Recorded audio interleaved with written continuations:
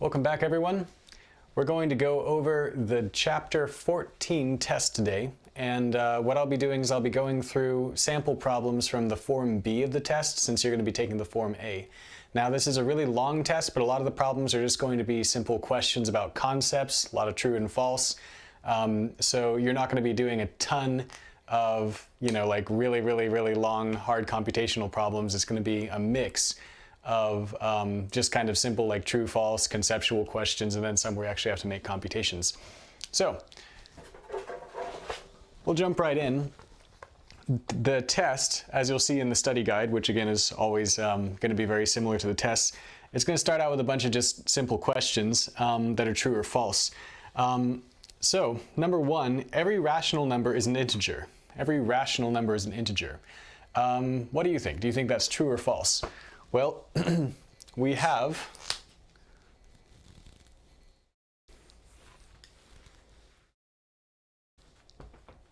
real numbers, and in real numbers we have two main sets, which are, I guess I can do it like this. How about?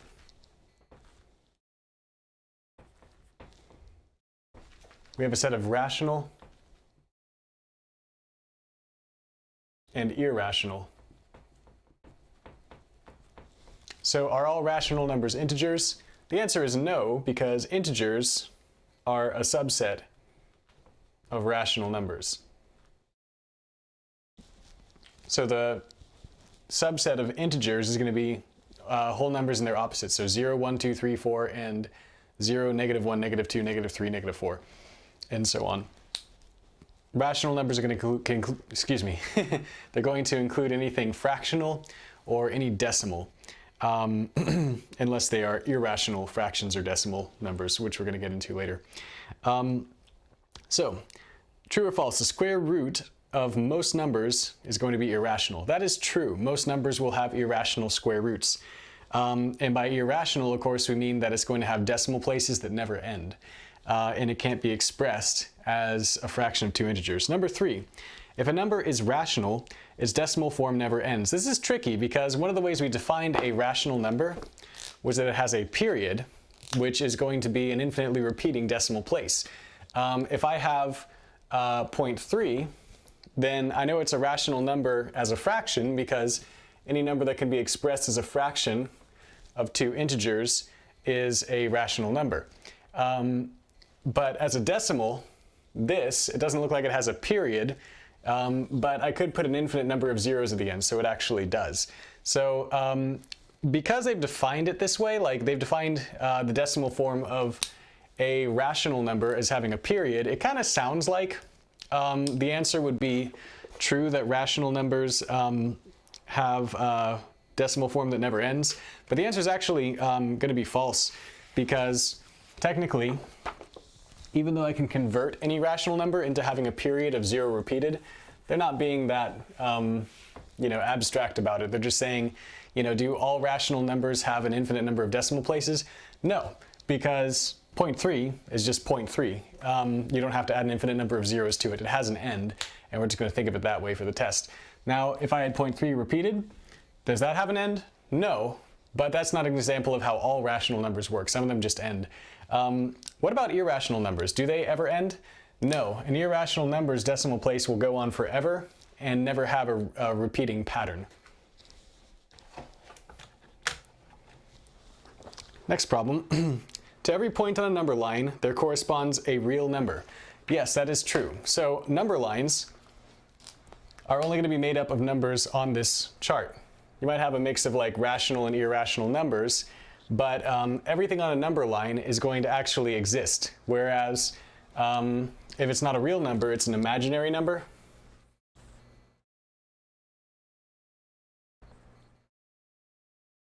And those are going to be paradoxes like anything divided by 0 or the square root of a negative number. But yes, everything on a number line is going to be a real number. Now, moving on. Number 5, pi is the number of times that a diameter goes into a circle, or sorry, the pi is the number of times that the diameter of a circle goes into its circumference. Yes, that's true. So if I have a circle, here's its diameter, goes all the way through, and if I took the length of this diameter, it would go around the circle roughly 1, 2, 3.14 times. So yes, pi is the number of times a diameter goes through a circle, or around, goes in the circumference of a circle. Okay, next problems, 6 and 7 are going to be of this form. Change the following rational numbers to decimal form. This is not hard, it's just you got to make sure you can do long division. So changing these numbers to decimal form, don't get caught up in the terminology. They just want you to go from fractions to decimals. And they give you a hint about what kind of an answer you're going to get. They point out their rational numbers, which you can already tell when you look at a fraction. If it's a fraction of 2 integers, you'll know it's rational. And the nice thing about turning a rational number from a fraction into decimal form is you know it's going to have an ending, or at least something that repeats infinitely. So we'll just do this one, 13 divided by 40. So the original fraction they give you is 13 over 40. But we know that when you have that division bar in the fraction, you're dividing the numerator by the denominator. All right, so 13 divided by 40. How many times does 40 go into 13? None. Put a decimal place there, decimal place there. Let's bring down a 0. How many times does 40 go into 130? 3 times.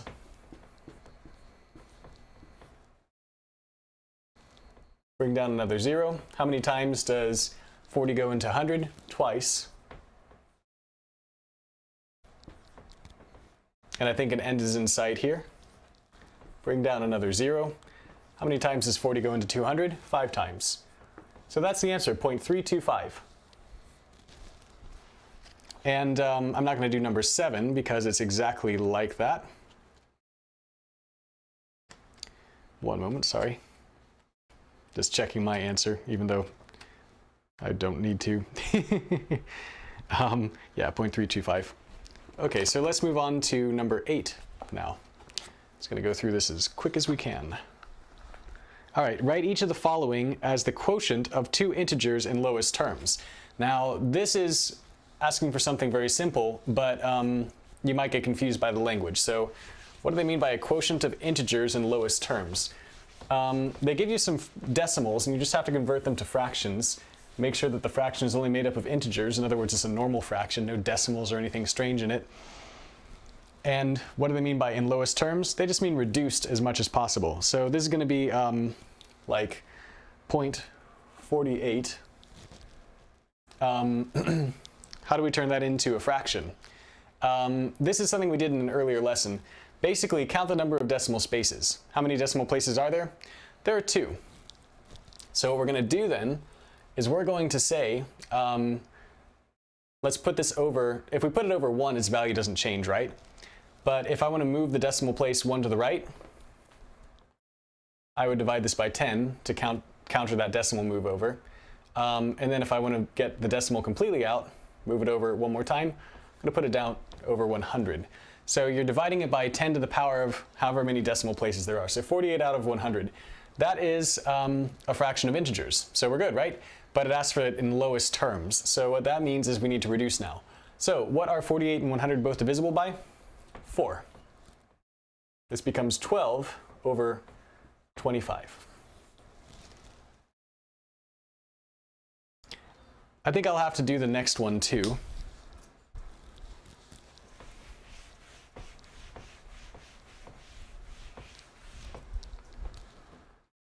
Because this one's a little trickier. So here we have 0.48 repeated. How on earth am I going to deal with that? Well, what I am going to do is account for the fact that there's a repeated thing there. And the easiest way to get rid of that is actually going to be to set up an equation for this. So x equals 0.48. Now, I want to get rid of the 0.48, and I know that if I wanted to, I could write 0.484848 infinitely, because that's what the repeating sign means. So my goal then is going to be multiplying this by a power that of 10 that's going to get all the decimal places out, and then subtract just regular x from it, just a regular 0.48 from it, in order to reduce it down and have this repetition eliminated. Because I can't just say 48 over 100 like that. That's not going to be just a normal integer. No, it doesn't work, because this number is not an integer. It's actually it's 48 with an infinite number of 48s after. So I have to get rid of that 0.48 repeated thing. So here's how I'm going to do it. 1, 2 decimal places. So multiply x by 10 to the power of 2. Move my decimal over. I've multiplied both sides by 100. And when I do that, what I have is 48.48. I'm going to remind myself, is that even on the board? Yeah. That x equals just 0.48 repeated. That's going to come into play later. All right. So now, what do? I just kind of undo what I already did, but before I do that, I need to subtract x from it. So 100x minus x equals 48.48 repeated minus 0.48 repeated. Well, wait a second, how am I doing two different things to both sides of the equation without changing the value? I'm actually not, because if x equals 0.48 repeated, then when I subtract x from this side and 0.48 repeated from this side, I'm subtracting the same thing. I could switch these around if I wanted and say 0.48 repeated and x. It's not actually going to matter because they're identical. But why did I do it the way I did? Because these are like terms, so I can subtract easily. These are like terms, so I can subtract easily. So here's what I get. 99x equals, and what's 48 minus 0.48 with the repeating symbol? It's going to be just 48. So this gives me then the task of isolating x. It's being multiplied by 99, so I got to undo that. Divide both sides by 99. So x equals 48 over 99. But now I have to ask myself, is this a fraction of integers, first of all? Yes, it is. And secondly, is it a fraction of integers in lowest terms? Let's think about this. What are some factors of 99? Let's try 3 first of all. Is 48 anything times 3? It actually is. It's going to be 16 times 3. So divide this by 3 and I get 16. Divide this by 3 and I get 33. Do 16 and 33 have any common factors? I think not. So our answer then is x equals 16 over 33. So just make sure you know how to do that. And we will move on.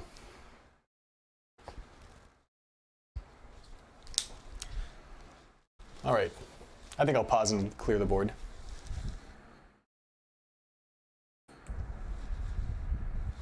Next set of problems, it says find a rational number out of this if x equals the following: 0, 4, and 9. So we're dealing with fractions, so a rational number as a fraction is going to be a fraction of two integers. So that's all we need to check for. So what do we do here? We just plug in different values of x and see if in each circumstance it produces a fraction of two integers. So let's try 0.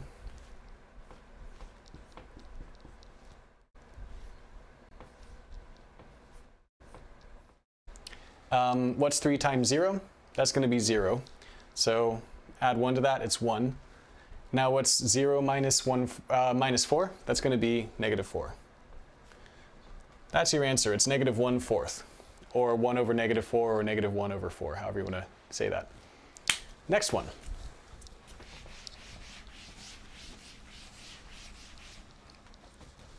Let's try x equals 4.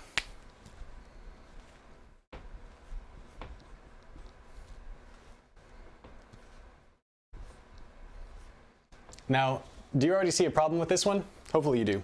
What's 3 times 4? 12 plus 1 over.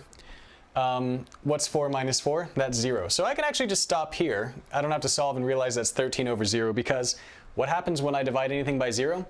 Is it a rational number? No, it's not even a real number. It's an imaginary number, because you can't divide anything by 0. It's a paradox.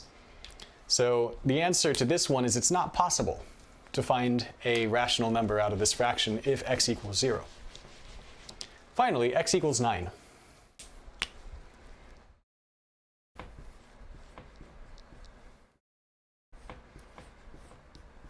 Just doing what I always do, which is just sub in the variable with the values you're trying to test. What's 3 times 9? That's 27 plus 1 over, what's 9 minus 4? That's going to be 5. So I'm just going to move it over here. My answer then is 28 over 5. Is that a fraction of integers? It is. Can I reduce it? Nope. So I'm done. Next one. They give you some numbers and you have to arrange them in order of size. Basically, how would they appear on a number line? And this may seem tricky at first, but it's actually really easy if you just pay close attention to where the repeat signs are on these decimals. So arrange in order. 0.37, 0.37 with the 7 only repeated. And I'll just put it over here, doesn't really matter where, because I'm rearranging them. 0.37 with both of these repeated. All right, so how do I know which one's the biggest? Here's what you do. Just take the decimal places that have the repeat and just repeat. However far you want.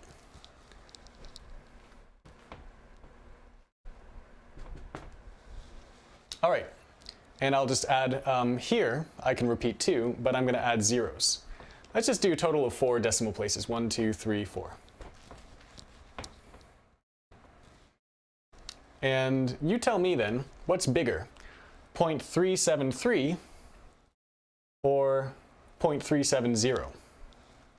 0.373 is bigger, so this one is going to be bigger than that one. So just out of these two, this is the biggest, this is the second biggest. Now let's take a look at this one. Let's compare this one to that one. Is 0.373 going to be bigger than 0.377? No. 0.377 is obviously bigger. So this is going to be the biggest, second biggest, smallest. So if you wanted to write it on a number line, then you would have the smallest, the middle one, 0.37 with both repeated, and the biggest, 0.3 with just the 7 repeated. And if you aren't totally sure why they're bigger, think of it this way.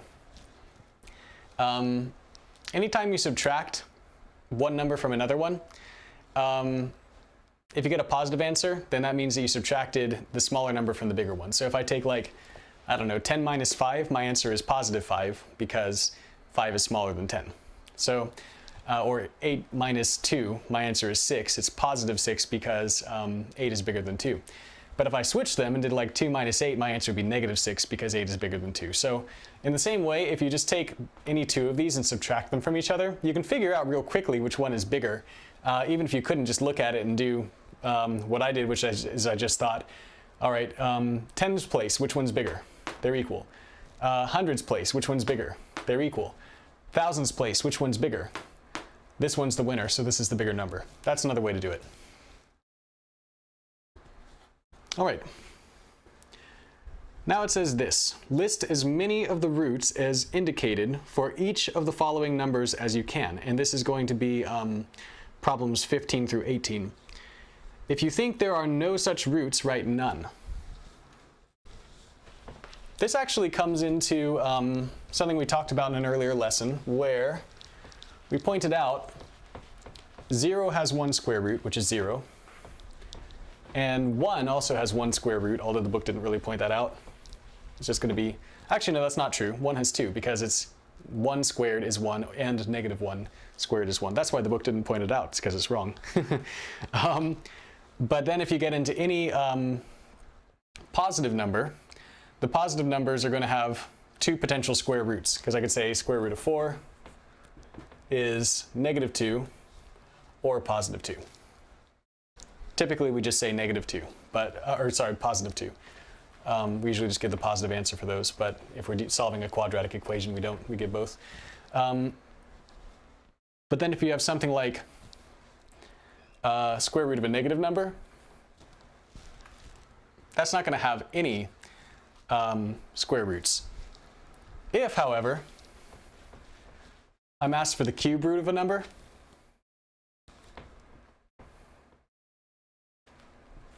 there's only going to be one answer. If it's a positive one, then the answer is going to be positive. And if it's a cube root of a negative,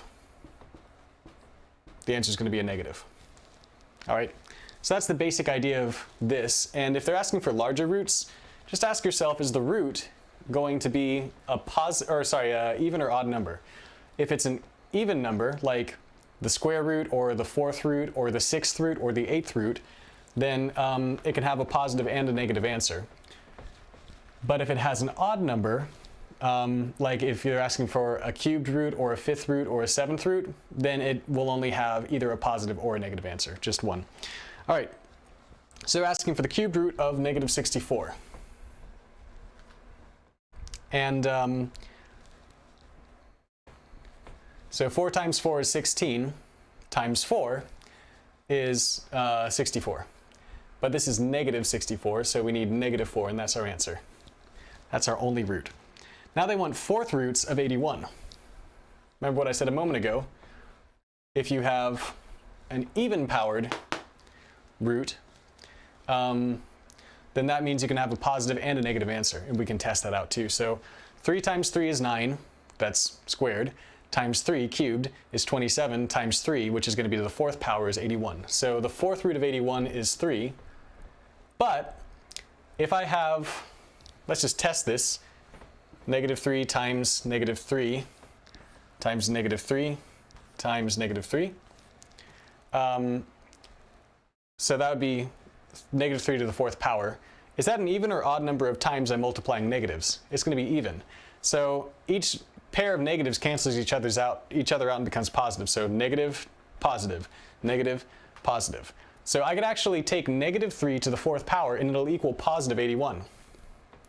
So I have 2 answers for this one because we are looking for a 4th root and 4 is an even number.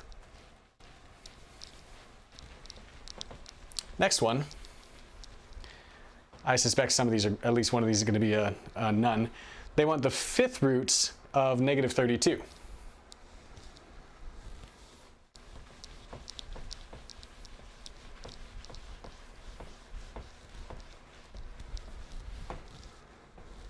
This one sounds tricky. Can we find a root for that? I'm going to consult the answer key before I jump in. Okay. You can. Good. I should have thought of that actually. That's not as hard as I thought. So 2 to the 5th power is 32. 2 times 2 is 4, times 2 is 8, times 2 is 16, times 2 is 32. And if it's a 5th power, is that an even or odd number? 5 is an odd number. So the answer, you're only going to have one answer. It'll be the same sign as the number in the radical. So the answer is negative 2. If you raise negative 2 to the 5th power, that's an odd number of negatives, so your answer will be negative. Finally, the one that has no answer, I think, right? 7 roots, no, it does have an answer, I guess. 7th roots of 0. 0 to the 7th power or the 8th power or the infinite power is always going to be 0. So let me just double check, but I believe that is the answer they are looking for, and it is. Okay, so we're moving pretty fast. This is already 18 problems into the test. Again, it's a long test in terms of numbers of problems, but a lot of the problems go by pretty quick. All right, 19 through 22. They're going to say which of these symbols greater than less than or equal to should go between the different numbers that they give you. Number 19, square root of 15 and cubed root of 15. Well, if you're looking for a square root or a cubed root of the same number, which one's going to be bigger? Of course the square root, because you're saying what's a smaller number that times itself a total of twice is going to equal this one. And over here you're saying it's a number small enough that you have to multiply it by itself 4 times to equal the same number. So clearly this one will be the bigger one. All right, next we have the cubed root of 3 versus the cubed root of negative 12. I would ask this. So first of all, the cubed root of 3 is going to be an irrational number, and it's going to be very small, you know, like 1 point something. And the cubed root of 12 will also be pretty small, but first of all, it's a bigger number because we're starting with a bigger number in the radical. So 12 is bigger than 3, in other words. But here's the real question. Is this one going to be positive and this one's negative? Because if you have a positive and negative, the positive is always bigger. So cubed root of a negative number will be negative. So therefore, this is the bigger number. They're trying to trick you, I think. All right, now, oh, this one's good. I like this one. They ask for the 5th root of negative 1 as opposed to just negative 1 period. That's going to be equal because negative 1, well, if you take 1 times 1, it's 1. And if you take 1 times 1 times 1 times 1 times 1 times 1, I think that was 5. Anyway, 1 to the 5th power is still 1. And if you're looking for the 5th root of negative 1, 5 is an odd number. So the 5th root will be the same sign as this. So this actually is negative 1 is the 5th root of negative 1, and that is equal to negative 1. All right, last one.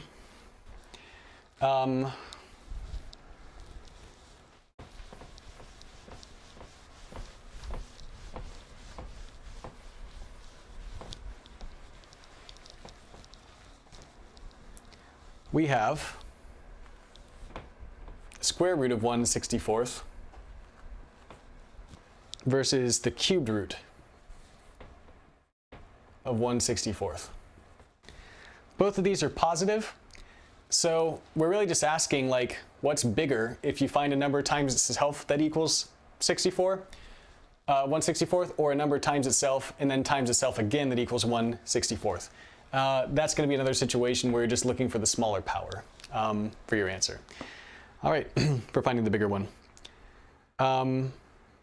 So already on to number 23, going pretty fast.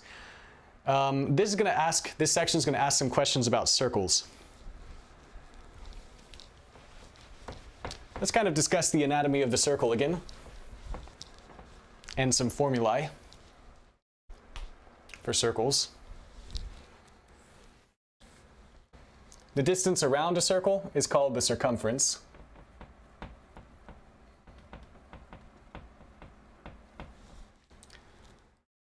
From the halfway point of the circle to any outside edge is going to be the radius. And if you have 2 radii, it's called the diameter.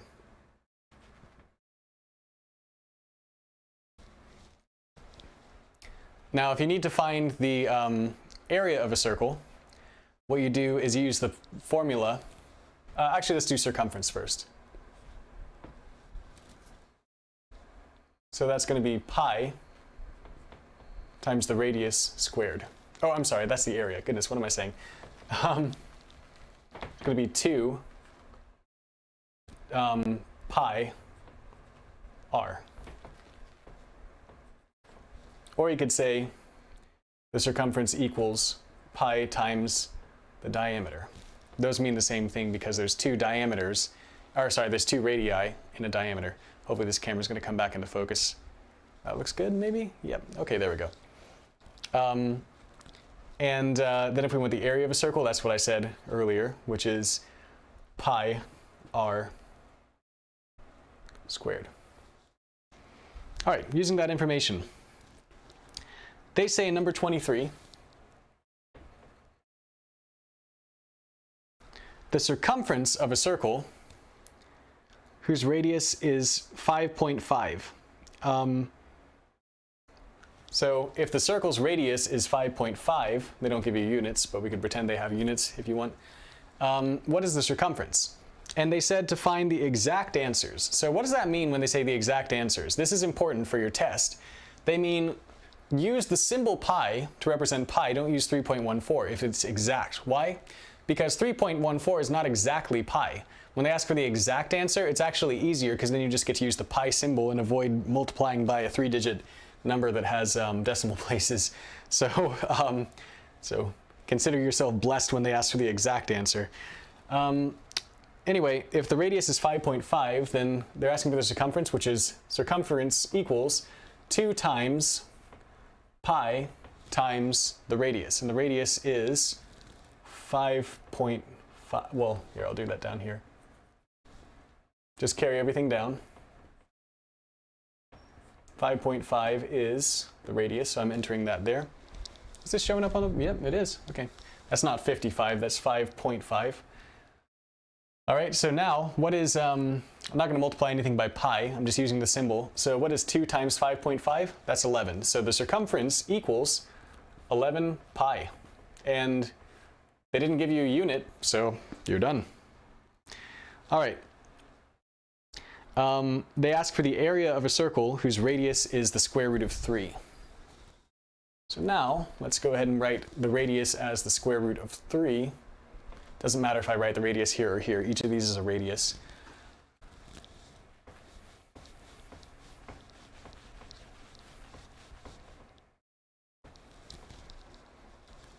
So area of a circle, so now I need my area formula. A equals pi times the radius squared.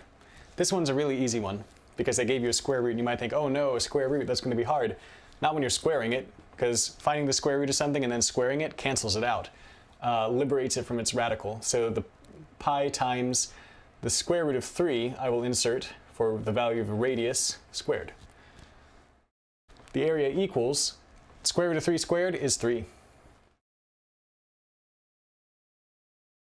So the area equals 3 pi, and they don't give you a unit, but if they did, then it would be like, meters squared, feet squared, whatever. All right. Do we need to tackle the next ones, or are they going to be pretty much identical? Let's find out. Go quickly.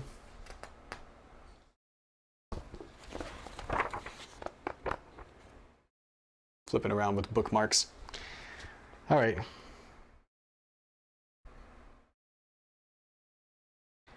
Okay, I will do the next two.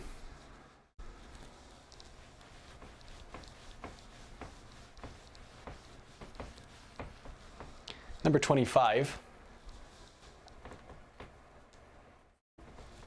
They want you to find the radius of a circle whose circumference is 6. So this time, we know the circumference. I'll go ahead and put in the... We're looking for a radius, not a diameter for our answer. So I'm going to do the 2 pi r one instead of the pi d. We're looking for radius now, and the circumference they say is 6.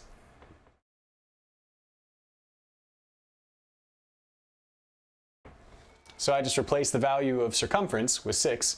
So if 6 equals 2 pi r, now I need to isolate r. And so I'm going to divide 6 by 2 pi.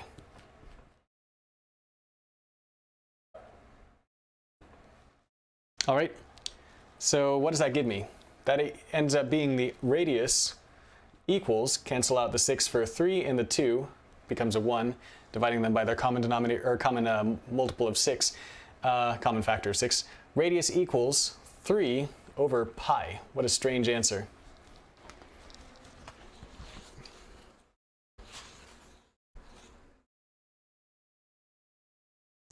All right. And then the last one, the radius of a circle whose area is 28 pi. So I'll use my area formula. Always start with a formula.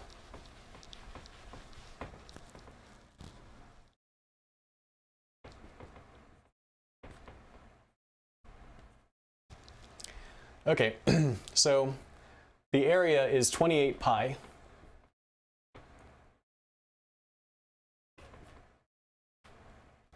And we're trying to isolate the radius. So we're going to go ahead then and divide this side by pi and this side by pi to isolate the radius. So that gives us 28 equals the radius squared. So how do I isolate a squared radius? I just want a normal radius, so I need to find the square root. Do it to both sides to balance. So what's the square root of 28? Well, we need to ask ourselves if in 28 there are any factors that are going to be a perfect square. So 28 breaks down into, we'll do our least prime factors thing, divide by 2, which is the smallest one for any even number, and we get 14. Divide by 2 again, and we get 7. So we got a perfect square in there. We have two 2's, in other words 2 to the power of 2. So 28 is the same as 2 times 2 times 7. So square root of 28 is the square root of 2 squared times 7. When you find the square root of a squared number, they cancel out. So cancel out this squaring, move the 2 out, and we end up with 2 square roots of 7 is our radius. There you have it.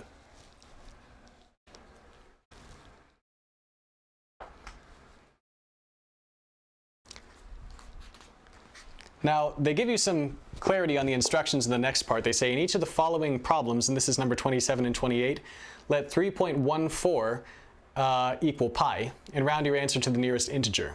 So, I guess I'll just do one of these. But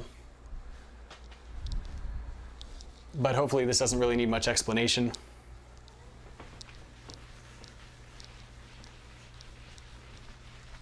So remember, if they ask for the exact answer for a circle problem, then they don't want you to use 3.14.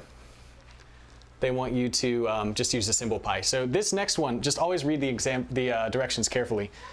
Don't forget, that for number 27 and 28, you need to round your answer to the nearest integer. So don't solve it and then forget to do that. Number 27. Find the approximate circumference, in other words, pi equals 3.14, of a wheel if its radius is 12 centimeters. Oh wow, they're actually giving you units now. All right, and they want you to find the circumference, so we'll use our circumference, and let's use the one with 2 radii, because we're given a radius, not a diameter. So circumference equals 2 pi r. Now we'll plug in the values. Circumference equals, and we're actually going to use 3.14 for pi. So 2 times 3.14 times the radius is 12. Is that all on the board? In the shot? Yeah, good. Okay. Now we just carry this out and then eventually round to the nearest integer. So what's let's do this. What's 2 times 12? That's going to be 24. So 24 times 3.14. 4 times 4 is 16. 4 times 1 is 4, and we carry that 1 up there, so that's going to be 5. 4 times 3 is 12. Now we add a 0, do it with 2. 2 times 4 is 8, times 1 is 2, times 3 is 6. Add these together, we get 6, 13, 5, 7. How many decimal places? 1, 2. So carry that over here. And so then our answer is that the radius is 75.36. But it says round it to the nearest integer. Well, if your tens place is below 5, round it down, and if it's 5 or above, round it up. So our answer then is that the circumference equals 75, and they actually did give you a unit this time, so use it, centimeters. Not centimeters squared because it's a circumference, it's actually a length. So 75 centimeters. All right, I'm going to skip the next problem and we're going to move on.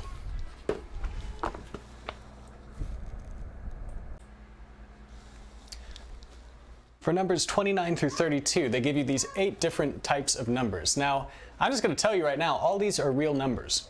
Some of them are rational numbers, some of them are irrational. There's a variety. And what we need to remember is that in the box of real numbers, I'm just going to do it this way. Irrational. And irrational numbers are going to be the ones like pi, and anything with an infinite number of decimal places that don't repeat. And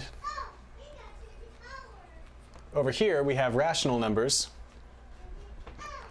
And our subsets, we have, of course, rational numbers that that'll be anything that can be expressed as a fraction of 2 integers. That's just 2 random integers.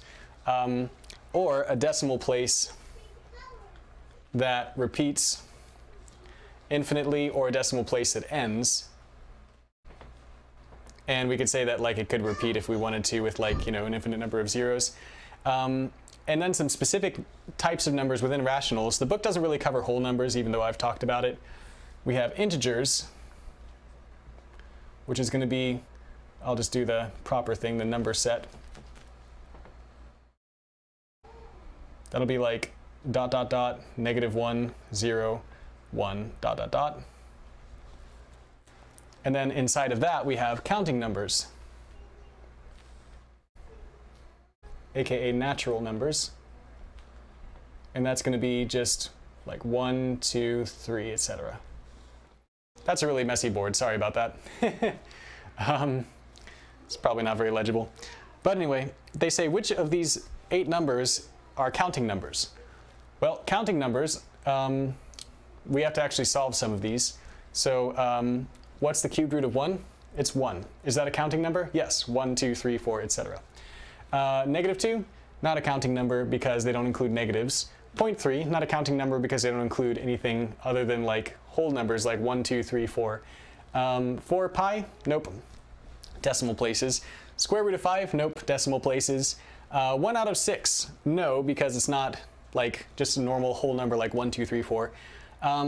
What about 0 to the power of 7? Well, 0 to any power is 0. So do we count by 0? No. That's not a counting number. And 0.8 repeated? Nope, decimal. So counting numbers have no decimals, are just 1, 2, 3, 4, 5, etc. So there's only one, which is that. Number 30, which ones are integers but not counting numbers? Okay, so counting numbers are going to be positive integers, not including 0, all right? But then their opposites are going to be the integers, so the other integers. So 0 is included. That's going to equal 0 to any power. -2 is another integer that's not a counting number, but all the rest are going to have some kind of decimal, which makes them not integers. 31, which ones are rational numbers but not integers? That's the same as saying which ones are rational numbers but not integers or counting numbers, because all counting numbers are a type of integer. So in other words, what they're really asking is which of these is going to be a real number that you can express as a fraction of 2 integers. Or which one's going to be, you could say it this way, which ones of these are going to be real numbers that are going to have decimal places that either repeat or end. And we're not including integers or counting numbers because they specifically said not to. So not that, not that. This one would be. That's a rational number, but not an integer. This one is irrational because pi goes on forever. This one is irrational because the square root of 5 is going to go on forever without a pattern. 1/6, that is rational. It is a fraction of 2 integers. 0, that was an integer, so we're not going to count it. And 0.8 repeated, yes, that's going to be an infinite pattern for your decimal place, so that would be another rational number. All right, lastly, which ones are real numbers but not rational? That's another way of saying what are irrational numbers. So you kind of have to know that real numbers have 2 sets. Rational, which is everything we've talked about so far, and irrational, which is going to be numbers like pi that go on forever with no repeating pattern. So irrational, irrational. And there you have it. We're done.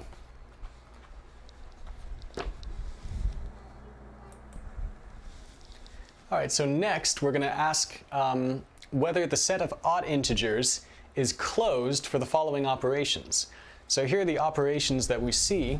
We have multiplication, we have, sorry, one moment, we have addition, we have division and squaring. So what does it mean for a set of numbers to be closed for a certain operation? It means that if you create a problem of any of these types using only the numbers from whatever your specific set is, you're going to get an answer that's also from that specific set. For example, we'll test out multiplication.